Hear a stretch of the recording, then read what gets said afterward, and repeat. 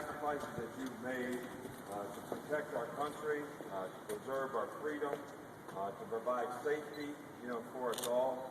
I think what you do is so much more important than anything I've ever done.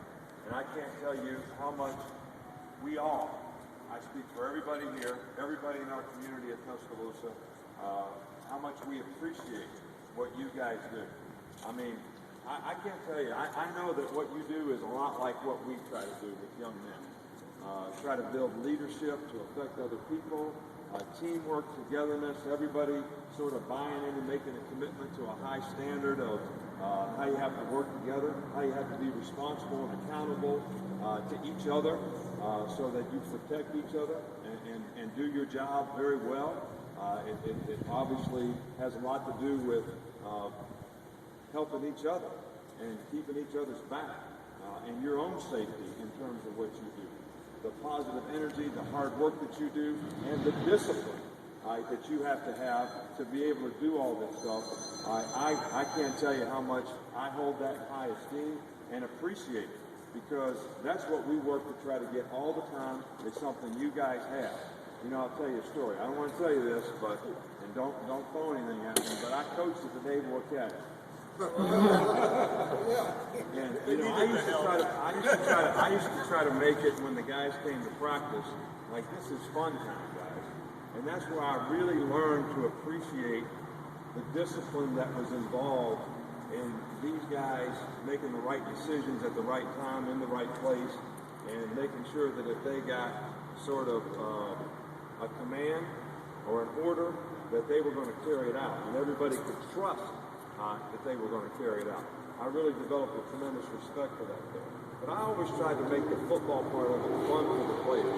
And I was back there when we had Napoleon McCallum and some really good players and all that kind of stuff. And I was a tough coach in my young days. I've mellowed a lot since then.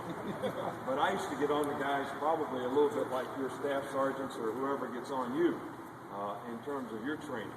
And we were out on the practice field one day, and I was getting on this guy, Terrell. I mean, he was really a smart guy, but he would just make a mistake after mistake after mistake. And I wasn't smart enough to realize that the more I got on him, the more he got frustrated and the more mistakes he made. But every time I chewed his butt out, he would say, yes, sir. I don't care how much I cussed him or how much I got on him, he would say, yes, sir. And finally, at the end of me getting on him, I said, if you say yes, sir, to me one more time, I'm going to kick you right in the fanny. I didn't say fanny, but I will say fanny today. And guess what he said? Yes, sir. I do appreciate what you guys do. And this is really, I appreciate the time that was spent today giving us a tour of this wonderful, wonderful memorial to infantry soldiers and all the folks who have done so much to make our country great.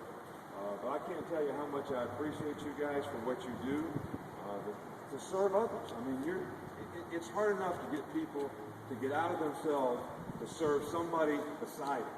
But for you guys to go serve your country and believe enough in what we have here to make the sacrifices that you're making to go overseas, Iraq, wherever. My best friend's son's in Afghanistan now. I can't tell you how much so many people, and you don't get to hear this very often, appreciate what you do. More than you know, believe me, more than you know. And I can only tell you that we wish you all well. We wish you good fortune. And we hope that God blesses you in all that you do in every endeavor, not only in what you do as a serviceman, but what you do with the rest of your life. Thank you so much, and I'm going to give you a roll tide, too. Appreciate it, man.